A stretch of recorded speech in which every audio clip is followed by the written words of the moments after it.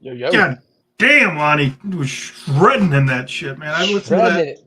I listened to that before you logged into the studio probably 6 times, just jamming, dude. I fucking love it, man. I just sent him a message too. I was like, dude, thank you. I hope all is well. So hopefully we hear from I want to Lonnie. know what he's playing on. Yeah, I want Is to it? know. I want to know the ins and outs of what the hell he was Yeah. doing. Because damn, Yeah, I like it. I like it a lot. so good, so good. Ah, So, how you doing? I'm good, man. I'm, as you can tell, not in the kitchen this time. Oh, So okay. I'm up there somewhere on the outskirts of DC, Oh, Baltimore, okay. somewhere in between. I'm not really sure. I just find a hotel and tell Maps to go there. So There you go.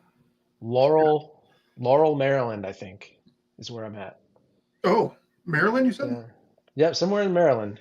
Beautiful. So, Hey, look at this. Hello from Spokane, Washington. We have a great recovery community here. Well, thanks you for joining sure us, Kat. do. Spokane, that's where they're not crazy liberal nut jobs, right? Spokane's on the right side of the state. Hell yeah, we're off to a good start. Hey, you did say in the I did, because the I thing we're don't, gonna you know, piss some people off tonight. So, and that's fine because if you know what you're getting with us, then we're not mixing it up enough, right? I mean, we got to be oh, authentic, right? that's And right. That's right. and that's an authentic. And look, Yeah. see, there's your See? answer. Yeah. Correct. Yeah, Correct. basically, see, I was gonna say that's where they wear flannel because it's cold Basically, and I know. they're actually working. You know, over in Seattle, they wear flannel with their jeans tucked into their boots. You know, Oh, hipster like. that's So fancy. yeah, That's fancy. Well, you called that one right out of the gate, so that's I pretty good. hey, there we go, there we go. How about you? How's life? Pretty good, It's been a man. minute. Worked out every day for the last 4 days. Sat out on the deck yesterday and got some sun. I Me don't have too. a rash on my face. This is sunburn. It's not fake tan either. It it hurts to wear my hat. I should probably have it off, but it's part of my ensemble. So Get a do rag. yeah. Well, I had it on backwards, and I was like, I looked like I had some sort of weird beanie on, so Oh, I had to flip it around. yeah, I got you. But yeah, life's pretty damn good, man. I posted on X earlier today. Got to see a mom and young daughter come into the office today and catch a bus down to our inpatient together. I I saw you post. So you have access to a facility where a parent can bring their kid with them so that they're not separated. Yeah, it's we're an outpatient part of that, and that's our like our home base, if you will. And yeah, they can bring their kids. The kids can do kind of like a daycare, like school thing, while mom is working on herself. Yeah, And then they're together at night and they're together throughout the day or whatever. It's pretty fucking badass, if you ask me. that's great. Yeah. That is great. I was having a conversation with somebody. It's been, I don't know, a couple of years, but we were talking about it's actually while I was just more than a couple of years. God, this was probably 6 years ago. Um, we were talking about how a lot of single parents probably need more treatment than what they can get from meetings or an IOP or from therapy, but they can't,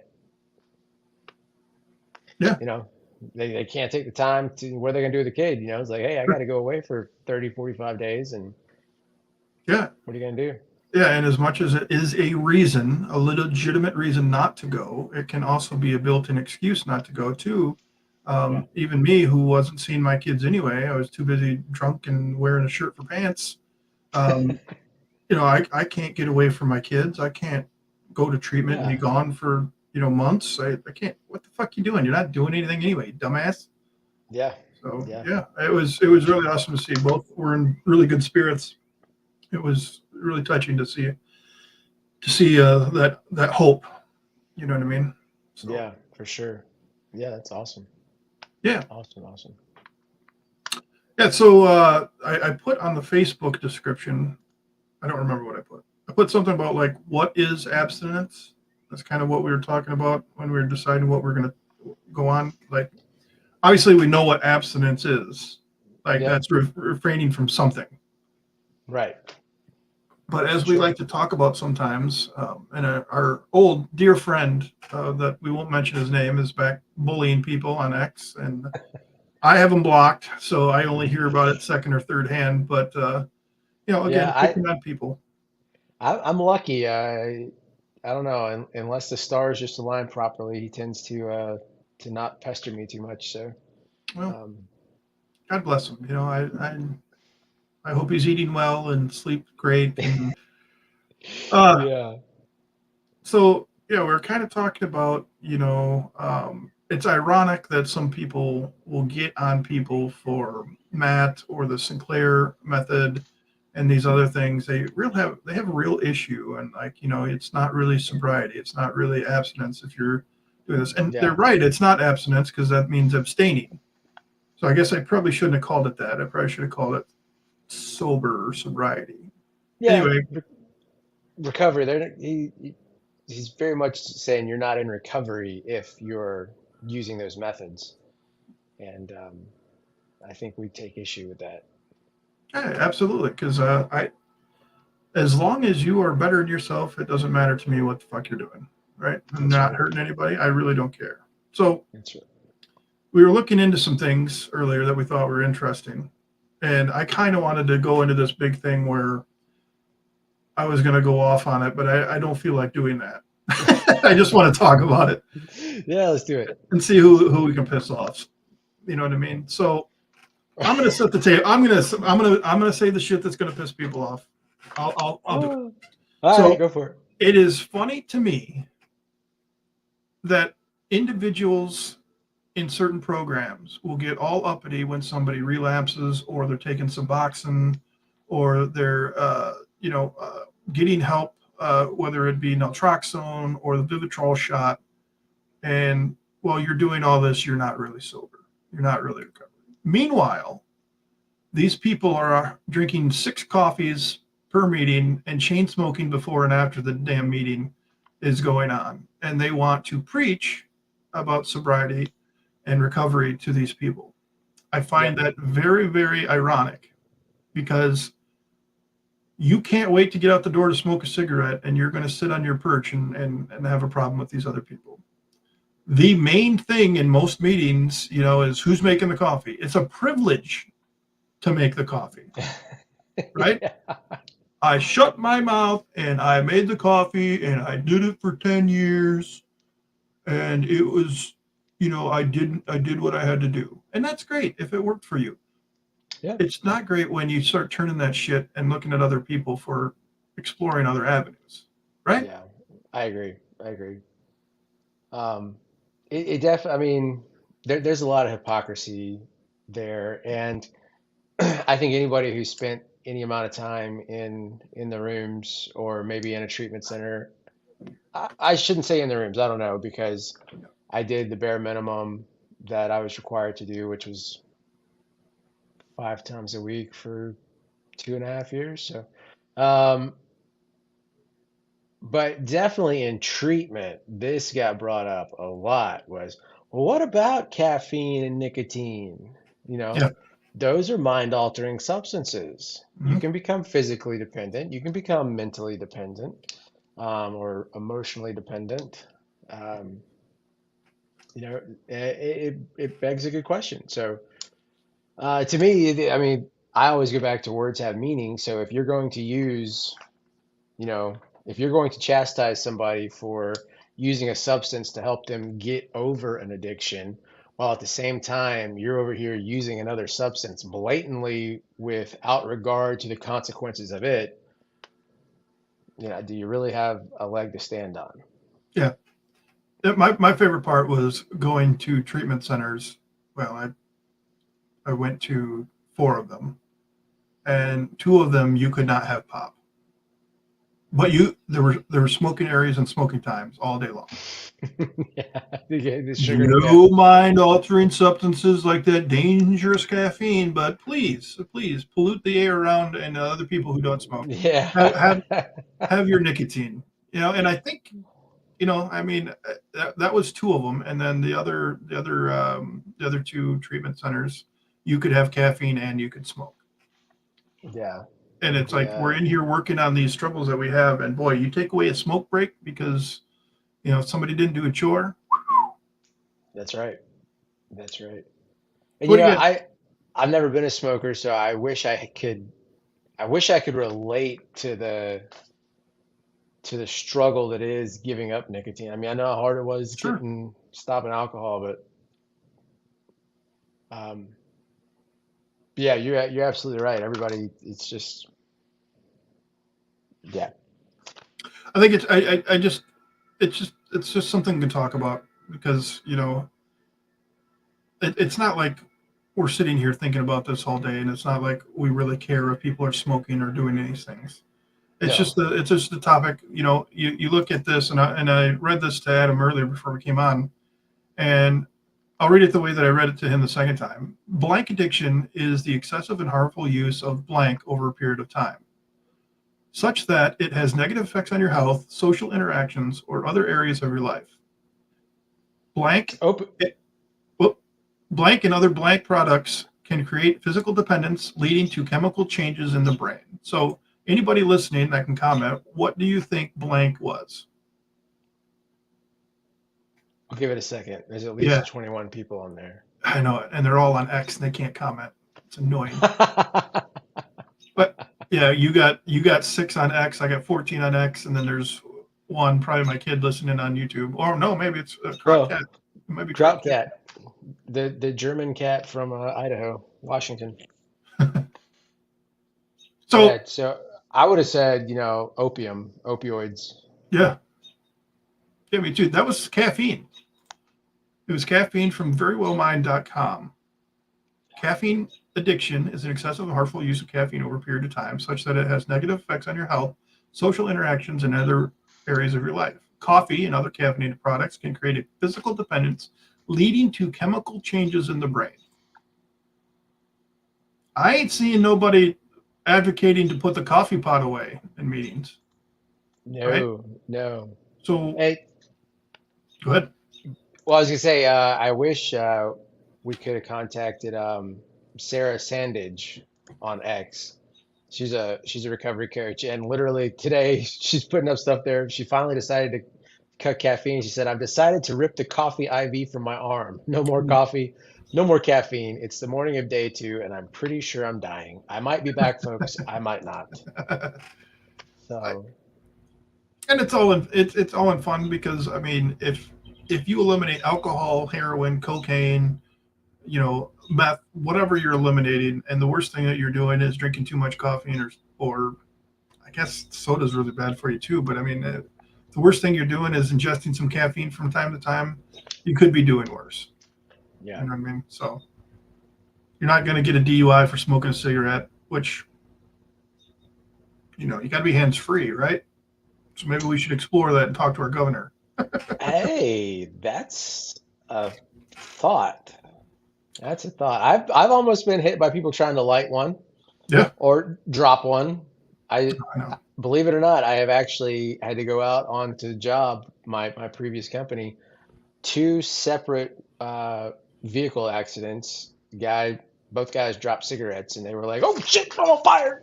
Trying to get it out of their crotch. And at the same time, swerved. One guy went off the road and the other guy went into the median. Jesus. So, Yeah. it's like we Well, have a no smoking in the truck policy, and that's one of the reasons. one of the reasons. Wow. So Yeah, well, then we're going to start it right here, right now. We're going to ban driving and smoking. yeah, Started here tonight with the Heathen and the Adam Head. yeah. Oh man, smoking to me is one of those. It should. I mean, in my eyes, for some reason, growing up, I always saw smoking as worse than drinking, mainly because of the smell, I Yeah. guess. Um, and so, but I don't know. I don't know why. I have lots of different reasons why, but my heart just breaks every time I see like a kid in the back of a car. The windows are rolled Yeah. up and whoever's driving is just puffing away and like they're like hotboxing their kid Yeah. with cigarette smoke. And I'm like, poor kid, man. You Dude. know, it pisses me. Like it breaks Yeah. my heart. It pisses me out. There's very few things that like I like physically want to go and change Well, something. That's one of them. and yeah, well, and that if it's in the car like that, it's at home just the It's same at way. home like that. Yeah. Yeah, I grew up with that, and I got picked on for my clothes smelling like smoke. And Yeah.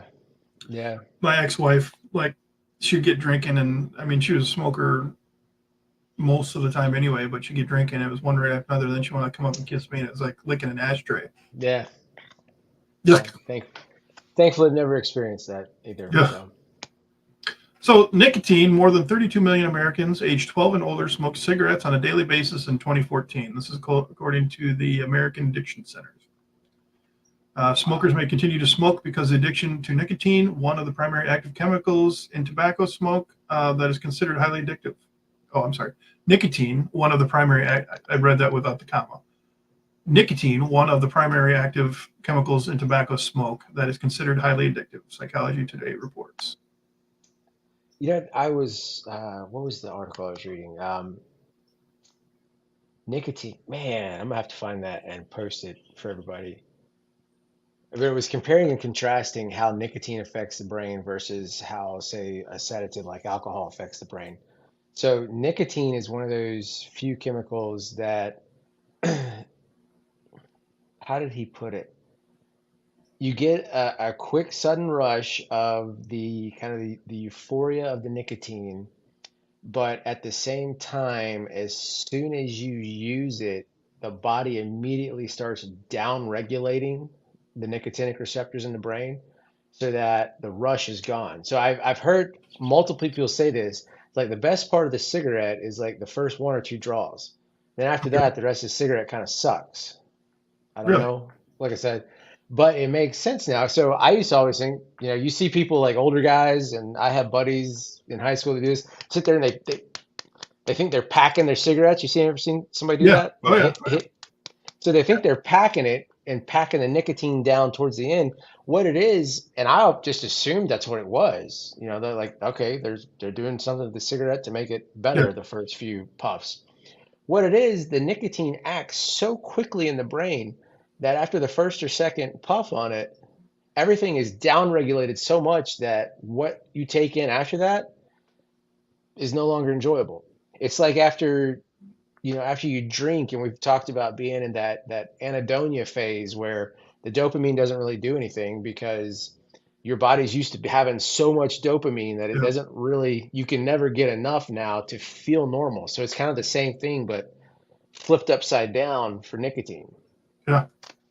So That, well, yeah, that's what this article says. It says nicotine acts as on the reward circuitry of the brain after being absorbed through the uh, mucosal yep, lining of the mouth yep, and nose, through the lungs, and through the yep, skin. Its yep. pleasant sensations and elevation in both mood and cognition may encourage smokers to keep smoking. I did not in cognition, huh?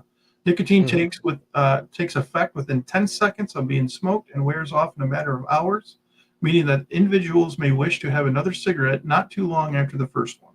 Yep, exactly right.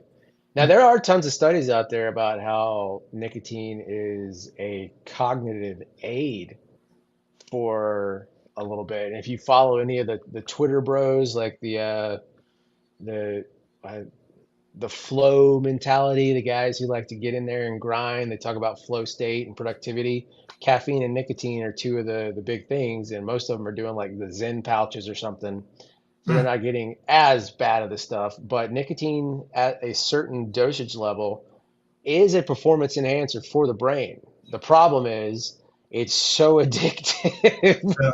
that you have a hard time controlling that level. Just kind of like, if you and I would be like, hey, alcohol is a great social lubricant. Like, yeah, if you can stop at one, it sure is. Yeah.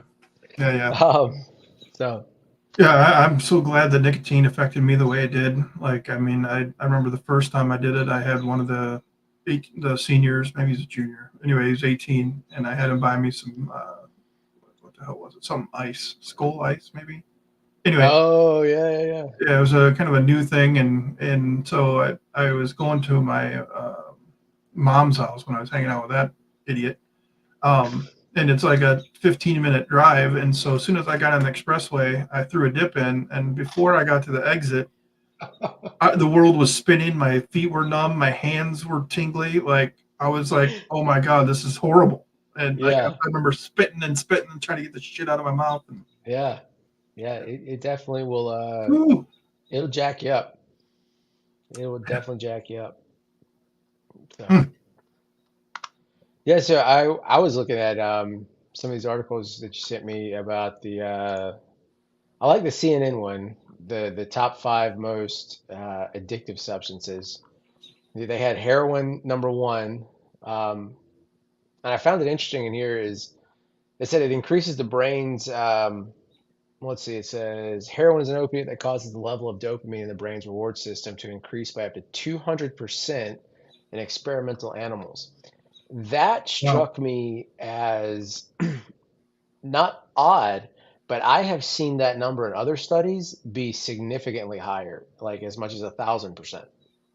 Oh, wow. So, um, I mean, just different studies, but yeah, it's definitely over 100%. Cocaine being second, nicotine third, barbiturates fourth, and then alcohol fifth. So I'm kind of surprised that alcohol was fifth at all of that. Yeah. Um, And the ones I looked through, they fluctuated. Like nicotine and alcohol fluctuated. Sometimes alcohol was like yeah, 3 or 4, and nicotine was, but they were both of them were always in the top five. yeah, So it yeah, goes back to it goes back to taking things with a grain of salt. Like go go to these meetings and get what you need and leave the rest. I think that's a good way to look at it. If yes, somebody starts barking at you about what you're doing and not doing, and they leave and they start smoking a pack of cigarettes before they get in their car and drive home, you know, kind of just look at yeah, them and be like, oh, okay, I get it. yeah, exactly. You have to take everything within context. I said it already once. I'm big on words having specific meaning, but at the same time, words can also have a personal meaning to you, or concepts can have a personal meaning to you. Yeah. The issue is when you try to apply your personal meaning to someone else. Yes.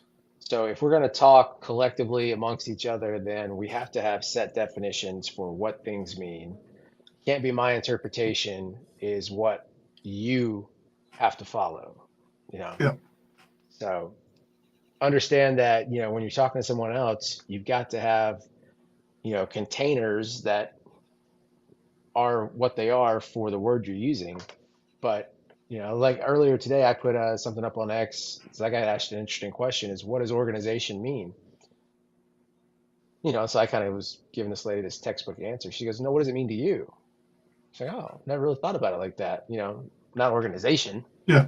Um, so I just wanted to see what everybody else said. So, um, Yeah, and I think you're kind of talking about that too, with a comment that was made to one of your other posts. You know, like it it all is it has to be a personal journey because that's what the fuck it is, right? Like, I mean, if I absolutely. if you go in somewhere or a meeting and say, "Hi, I'm so and so, and I'm an alcoholic," and that means something to you, and it's like a badge of honor to some people, say, "I am an alcoholic. I always will be, but I'm sober today and been sober for this long." Right. I I don't look at it that way, and I don't get offended when you call yourself an alcoholic, but I'm not going to call myself that anymore when I'm not Yeah. that guy anymore, dude. Yeah. Me either. Me, I So I'm gonna have a not really my entire story, but I'm gonna have a before and after post coming out here soon, and you're not gonna recognize the before picture. I am not that person anymore. Um, but yeah, the post you're talking about, let's see, I'll read what the guy said. Yeah, Um, we'll talk about it. so not really going to go into a lot into the context, but he says introducing yourself as an alcoholic in a meeting isn't saying that's all you are.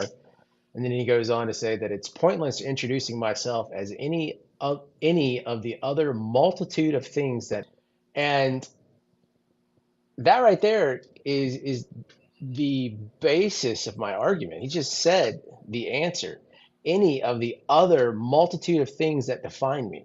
So if I have fought and struggled and scrapped and clawed my way out of the addiction to alcohol that I was in, and I firmly and fully admit that I was an alcoholic when I was drinking, and I was an alcoholic for a long time when I was sober, and up until I made the kind of just made this the switch, the switch flipped for me.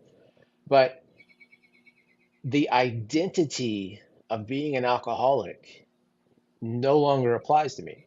And so if you're telling people like, hey, none of those things that identify and define an alcoholic apply to me, but I'm still going to call myself an alcoholic simply to remind myself of what could be, I think you're doing yourself a disservice by constantly telling yourself, I am an alcoholic, because that's not who you are anymore. It's like if I were to walk in completely healed from a broken leg and saying, hey, I'm Adam, I've got a broken leg. Or, Yeah, hey, I'm Adam, I've got prostate cancer, but it's completely in remission. There's no sign of it. Doctors don't think it's ever coming back. Possibility it could, but I'm not going to continue to define myself by an illness or a state of being that I no longer am. So there's a lot of psychology behind that, and there's a lot of, in my own personal opinion, there's a lot of spirituality that goes behind that too. But the psychology is pretty much irrefutable. The spirituality aspect of it, that's just a conversation that you can have with somebody. But the yeah, uh, the continuation to define yourself by something that you aren't, that you've already overcome, is just, it's asinine to me. And it is a holdover to a tradition that belongs to AA that was never part of the program to begin with. right. So a lot of people don't understand or don't know that. There's nothing in the big book. Correct me if I'm wrong, because you know it a lot better than I do. That says, in part of the journey of the steps, you have to admit that you're an alcoholic and continue to identify like that, Yeah. or refer to This yourself as that. step one, admitted that we're powerless over alcohol and that our life became unmanageable. So Yeah, you have to admit it to get going. yeah, But yeah, to forever and always, yeah. this to me that defeats the purpose of recovery. Kind of like what you were saying. Exactly, You know what I mean? exactly. I'm not recovered if I'm still. And we talk about not living in the past. The big book says I don't wish to. I won't shut the door on the past. Oh, now I'm going to butcher it. We don't want to. We don't We regret don't the wish. past, nor yeah, Wish. Yeah, we don't regret the past, nor wish to shut the door on it. So yeah. there ain't. I don't think there's anybody that drank like we did that is forgetting that anytime soon. Hell no. Right. So like, I don't need to be like to live in that. Now we Yeah. choose to live in it by doing the podcast and the stream to try to help somebody else. But, Yes. but when I'm not at work and I'm not doing this, I'm not sitting here thinking, I'm Scott the alcoholic. Yeah. Yeah. Like I have freedom for the most part. I'm still kind of early on. I'm not quite, I'm not years and years and years, Right. into it. But getting it, I want freedom. That's my end goal. Okay. I'm 40. What the fuck am I now? 42. So when I'm 45, I would like to, if I'm still doing the podcast, then great. If I'm not doing the podcast, then I would like to not think about being an alcoholic ever again. Yeah. I mean, I was I was trying to it, show some pictures here because you had mentioned that. I oh, ain't you gotta that pull up guy. some, Yeah, I ain't that guy anymore. He's gone. You yeah, know. yeah. You got it pulled up or No, I'm working on it. I'll I wait got till you. you go on a tangent. Gotcha. Really dig your contents over here. Thank you, Blue Collar Joe. I dig you digging me.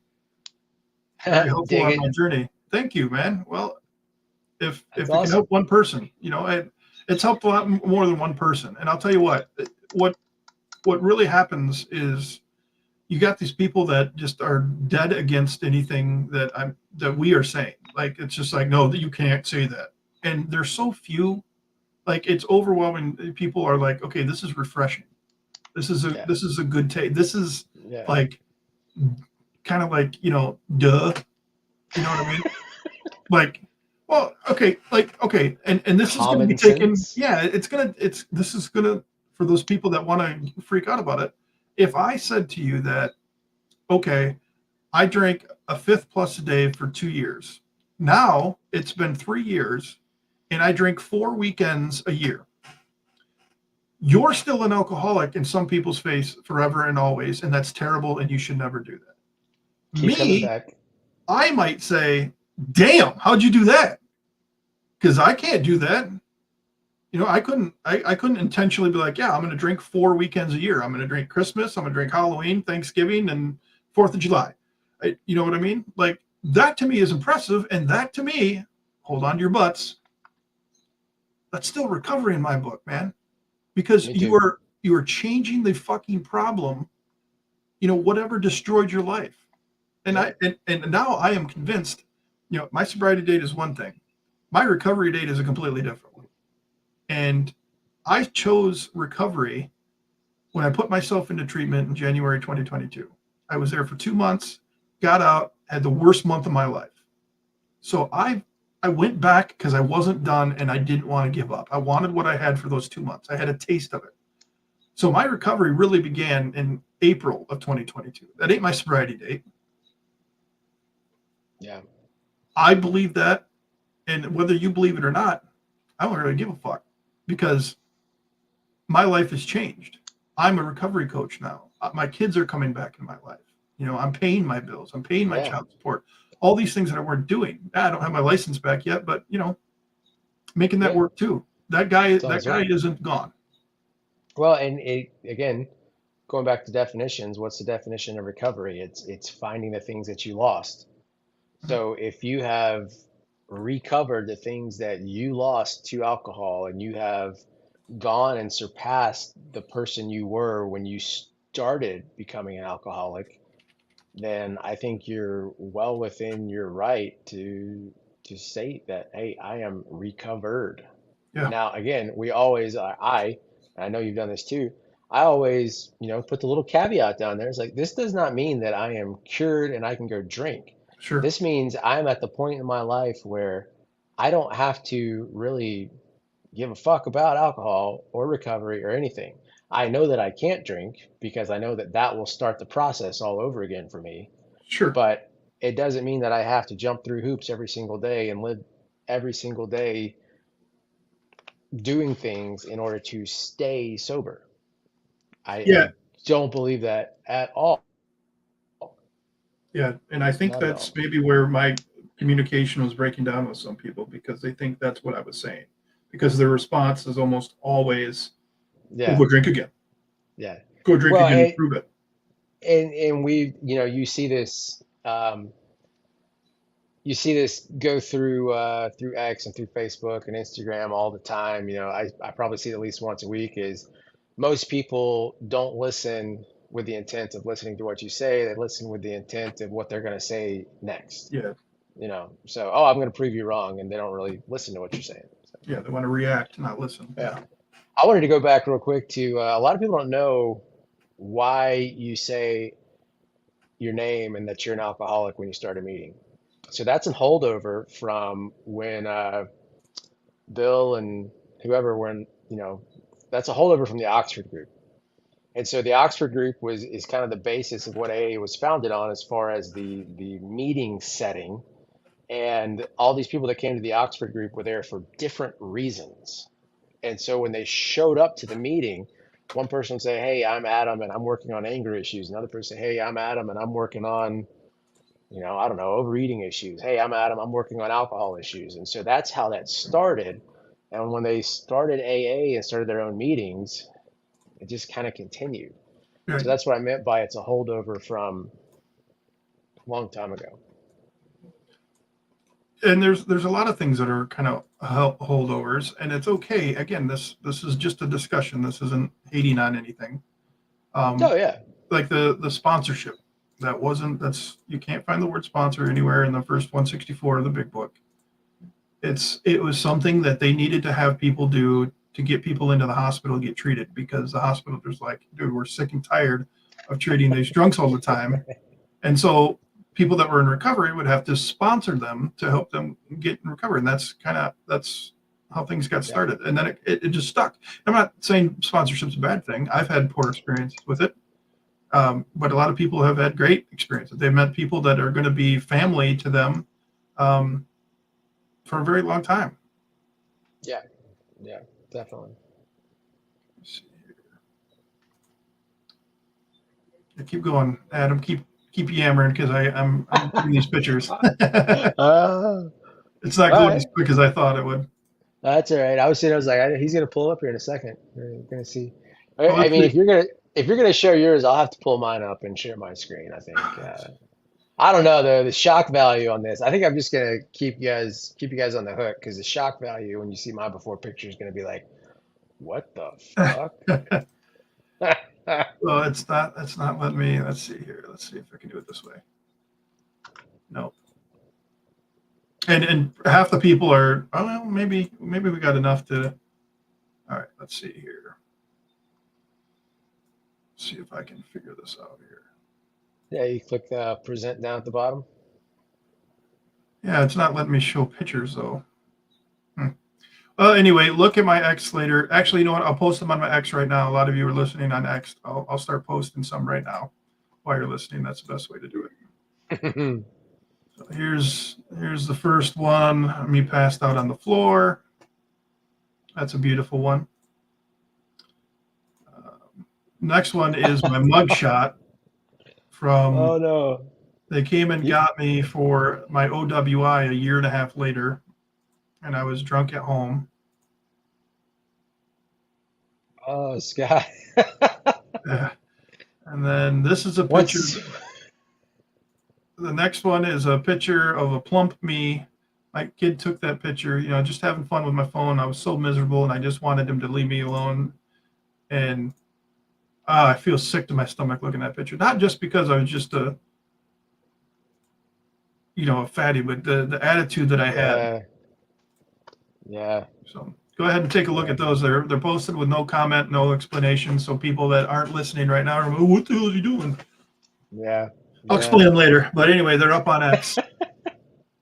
Well, I've been wanting to do this before and after for a while, and just haven't taken the time to do it. And was sitting there, and I was thinking about, kind of the story that I'm gonna write behind it, and for all outward appearances, I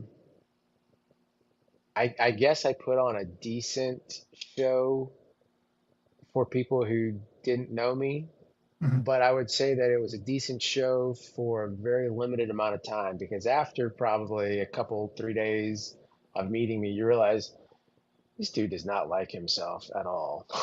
You know, so there's something. It wouldn't be it wouldn't be mannerisms or anything that I would say. Is just you just see it in the eyes. You can just be like Yeah. there's pain there and not to mention the yellow and the brown. The horrible jaundiced look. But um, yeah, I found this one picture, man, and it's like I had this idea. There's a picture of me, me and my ex-wife were sitting on a swing, announcing that she was pregnant, and I'm just sitting there. I probably had a few drinks. I'm not wasted or anything. Probably buzzed. I don't know. but I would just guess knowing that time of my life. And that's kind of the one I was going to go with. But then I found this one that my mom had texted me years ago. It just somehow was on my phone. I was just scrolling through and this picture popped up. And dude, I almost Ugh. like threw up. I was like, oh. So yeah, Yeah, everybody dude. just come back, and it'll be up there the next day or so. Um, if you want some shock value there. Yeah, it's just it's not necessarily, when I'm looking at them, it's not necessarily the picture itself, but it's the memory of the moment, you know, Yeah, from the exactly. ones, yeah, the ones that I can't actually remember. Yeah, yeah. Or it for me, it's the memory of everything that I disliked about myself at that time of my life. Yes. Just everything I was at, which is like, we've been saying, I'm not that person anymore. And I I have been in this state of what I call effortless sobriety long enough now that I forget how miserable I was. And so when I sit down and I reflect on it, it just the memories that come up are just so powerful, Ugh, so powerful. And you talk about motivation to never ever go back to that. good. My kids last weekend brought up one of me. I took them to my dad's farm, and I never go to my dad's farm. Well, then I never went there unless I was drinking. So they're playing on the quad and they're running around or whatever. They even crashed the quad into the ditch, and I wasn't there for them. They come running to me crying because they were scared that thought they broke it, and they weren't hurt, thank God. And so I stopped and got a pizza at the my local bar, and I remember talking to Miley on the phone, and the boys are crying in the back, but because that was after I had this pizza in the passenger seat, they're sitting in the back, and I'm reaching over it, and I just have this. It's imprinted in my mind. It's dark. We're driving home. I'm reaching over, fumbling with this pizza. My kids are crying because I'm drunk and I'm hungry, and I'm trying to get, and there's cheese falling all over the place, and I hit the stutter things on the side of the road, and they're freaking Hmm. out. And I call Miley, and she's trying to talk them down, and they remember it, and it's like, oh, it makes me want to puke. Yeah, yeah, But and I know probably most of the people listening, they're probably in recovery or dealt with it, or otherwise they wouldn't be listening. So it wasn't that I cared more about the drink than them. I just, like you just said, made me think of it. I hated myself so much that I couldn't be a dad. I couldn't be anything, unless I was yeah. drunk. There's the only way I could tolerate myself, Yep, and that in yep, turn put them in serious danger. But, ugh. yep. I agree. Blech. Well, now that I want to vomit, Yeah, I was just looking through to see if there's any topics popping up out of my head here. well, I want to just say thank you to everybody. We have 56 total people listening or watching right now. Um, 41 off my ex. That means a ton. Wow. Yeah, dude. Heck That's yeah. You got 12 from your ex. Hey, all right. Hell yeah. So, Rock and roll. man, it really helps, and hopefully, we pushed we didn't really push much, but I mean, we can, and we say things that are pushy to some people, but I know for me, I do this, and I want to kind of like push the boundaries a little bit, because if another me is out there listening, I would have wanted to hear some of this stuff. It It's exactly why I post the content that I do, is because I know that there are other people out there who think somehow along the same lines that I do. And had I found someone to present the information that I've discovered to me during my sobriety journey, it might have accelerated it or got me into long-term sobriety faster. Um, I think there's real power in learning about the disease. Oh, dang, I just said it out of habit right there. Ooh. Learn, look at that Freudian slip. Learning about disease, learning about alcoholism, learning about limiting beliefs, learning about habits, learning about spiritual beliefs, putting that all together and figuring out how it applies to yourself. Because there is no one size fits all. Um, and it's like that line you always hear, at the beginning of school. Hey, if you've got a question, raise your hand and ask it, because if you've got the question, somebody else has the question. Yep. So I had all the questions and nobody wanted to answer them, at least not to my satisfaction. So I went out and found the answers that I was looking for. So Fuck yeah. um, that's why I do what I do. And there's things out there that we can convince ourselves that can't be true, even though everybody's saying it. And I'll give you an example of what I know is to be true now, even though I kept trying not to believe it. Is when you don't feel like going and even doing a small workout of any kind, and you do it, you feel fucking better. Yes, you do.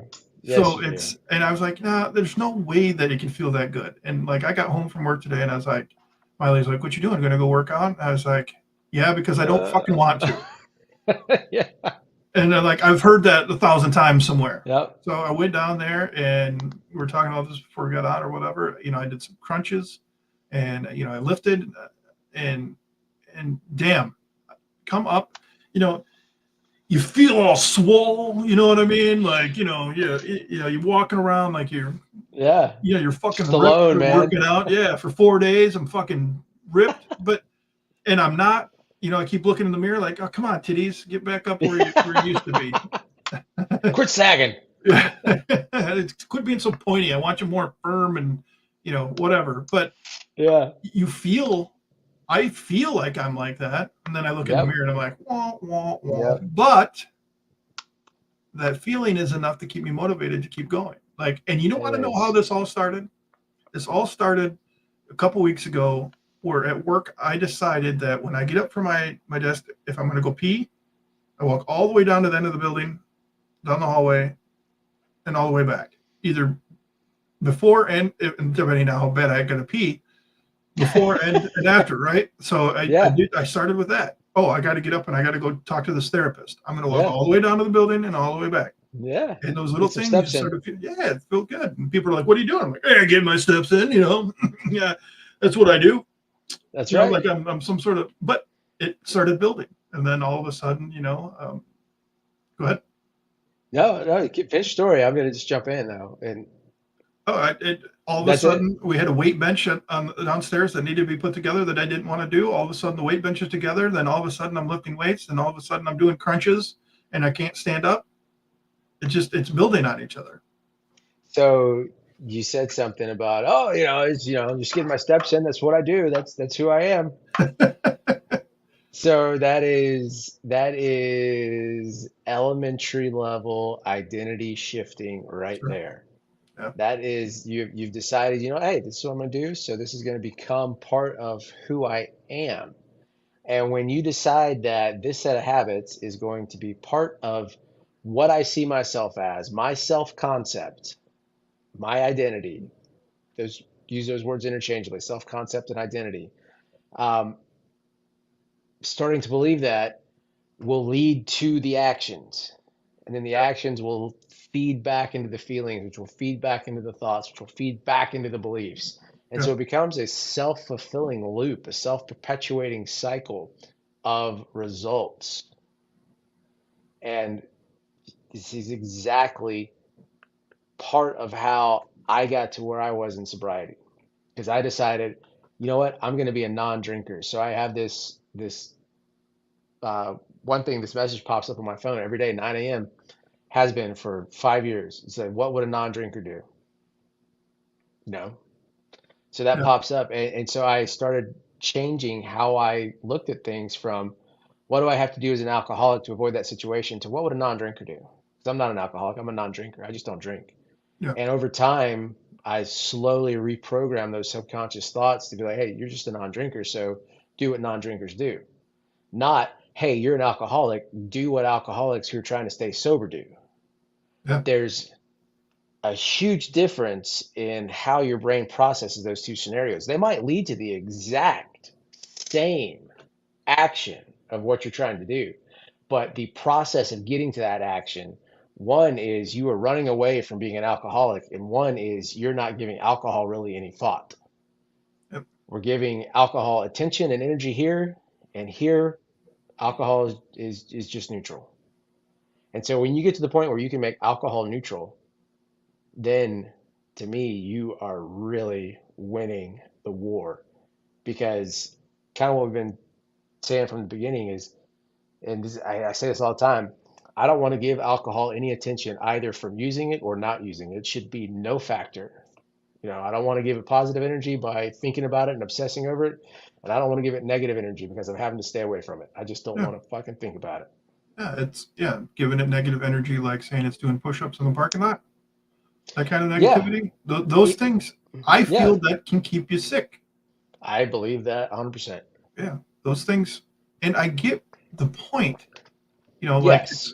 I get the point, but I refuse any longer to give an inanimate object feelings and Yes. consciousness. Yes. That shit's gonna sit on the shelf unless I decide to go buy it and drink it. And Right. again, if it works for you to make it a big scary monster with teeth and spikes, and all these things, then do it. That's not what we're saying. But Yeah. words are important, Absolutely. and so like just starting to take little steps. God, I'll butcher the. We're getting close to an hour here, but it's your future is dependent on what we do in the present or something like that. I posted that recently, but Hmm. it goes back to do something today that tomorrow you will thank you for. Yeah. And if that's cutting down portions in food, if that's just not drinking today, if that's just going for a small walk at the end of the driveway and back, those things can build. And the one thing that I know that I didn't do is I never gave myself credit for any of that shit up until I got into recovery. Like, just look, I'm not saying that if you go and take 10 steps every day, you give yourself a pat on the back and be like, oh, I worked out. See, I always have to do that because I feel like somebody's listening and I can hear them in my ears and I'm making shit up in my head. But Yeah. when you actually do something, when you're not, when you're in early Yeah. recovery, whatever that means to you, whatever early recovery means to you, like first week, first month, and you make it through a day, that's a fucking win. And you Yeah. should be And like, God damn it. that mindset right there to me is not preached in the rooms. Right. I never, outside of a few times in treatment, I never heard that type of mindset in in AA. Yeah. It's like, hey, you've got to stay sober for today. It Yep. was never, hey, guess what? You stayed sober again today. Yeah. Awesome job. Or hey, you know what? You only thought about alcohol 15 times a day, and it wasn't all day. I just It feel like was, I feel like there are people that are saying that, but I feel like the yeah, negativity has a microphone. That's the I think problem. so. I think The so too. negativity has a microphone, and that's what I know for me. Like I draw to that. Yeah. 10 people can say good job, and one person says, I would have stopped doing podcasts if I would have listened to these people. Like I remember one time I did my own take on the 12 steps early on, Yep. and it was like months sober. Like I was documenting, my recovery. And somebody like, don't you think you should get a little more time under your Yeah. belt before you start talking about the steps and rewriting the steps? Don't you think? And I was like, Yeah. I'm not rewriting them. I'm giving you my interpretation of it. And why shouldn't somebody, just a couple months or a few months into recovery, have a say in what Have an they feel opinion. about it? Yeah. Yeah. Because Yeah. maybe I'm wrong. And you know what? I have changed. If you go back and watch my podcast from beginning to now, I have changed. My thoughts on a lot of things have changed a lot. And I think that's Yeah. a good thing. Yeah. Me too. Me Hmm. too. Yeah.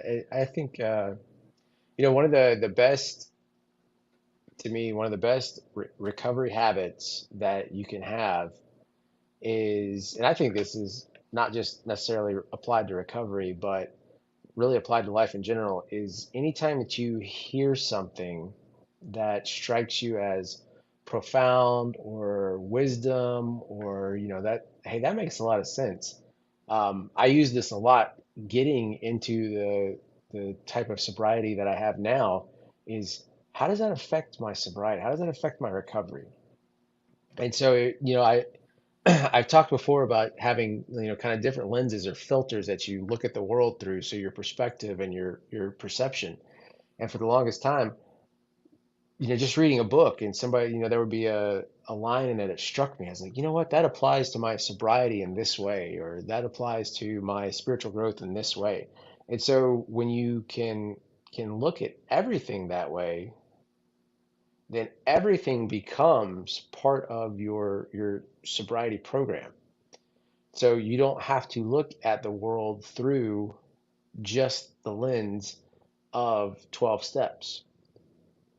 I posted something earlier this morning as I was sitting on the plane getting ready to fly, take off, and somebody, it had nothing to do with recovery directly, it had nothing to do with sobriety directly. It was more about just self-improvement in general.